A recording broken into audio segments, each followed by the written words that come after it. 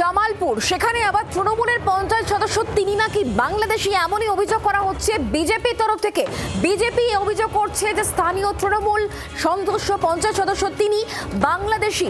এই গোটা ঘটনায় চক্রান্তই খুঁজে পাচ্ছে এই মুহূর্তে তৃণমূল কংগ্রেস।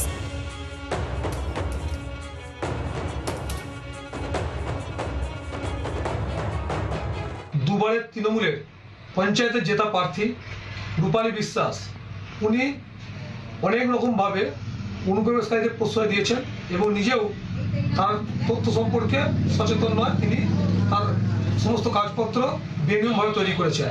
উনি এই কদিন আগে বাংলাদেশ থেকে এসেছেন, যার কোনো পিতা মাতা কিছু নেই, সেখানে কি করে শিকার হতে পারে? সে এখানকার বাসিন্দা, সে প্রমাণ দেবে।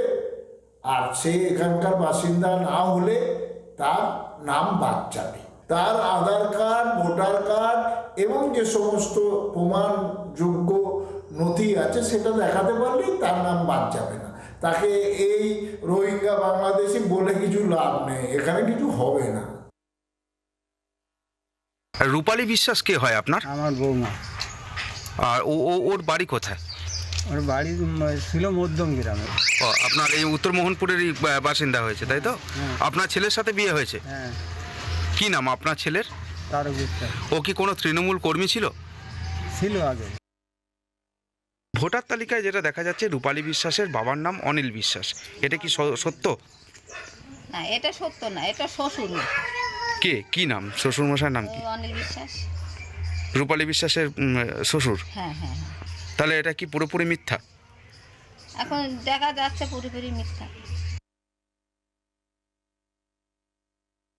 যারা এই অভিযোগ করছে তারা আসলে বাংলাদেশি কিনা সেটাও তো দেখার ব্যাপার আছে, কারণ তারা তো ভারতীয় বলে আমার মনে হয় না। আর রূপালী বিশ্বাস যদি বাংলাদেশি হয় তাহলে 8 বছর পর আজকে মনে পড়ছে যে রূপালী বিশ্বাস বাংলাদেশি। 8 বছর আগে তাহলে তারা কোথায় ছিল, এবং যারা বিজেপির যারা অভিযোগ করছে তারাই কোথায় ছিল? আর এই গোটা ঘটনাকে কেন্দ্র করে রাজনৈতিক চর্চা এই মুহূর্তে চরমে। বিজেপির তরফ থেকে সজল ঘোষ, তার বক্তব্য কি শোনাবো। পাল্টা তৃণমূল কংগ্রেসের তরফ থেকে সুদীপ রাহা, তিনিই বা কি বলছেন শোনাবো। এসআইআর হয়ে যাওয়ার পরে যদি তাদের নাম থাকে তা অত্যন্ত দুর্ভাগ্যজনক। আমি বলবো নির্বাচন কমিশনকে, তারা যেন এই বিষয়গুলোকে আরো পুঙ্খানুপুঙ্খভাবে দেখেন। দুটো মৃত ভোটারের নাম যদি থেকে যায় তাও সহ্য করে নেওয়া যায়, কিন্তু একজন অনুপ্রবেশকারীর নাম পশ্চিমবঙ্গের ভোটার লিস্টে থাকবে, এটা মানা যাবে।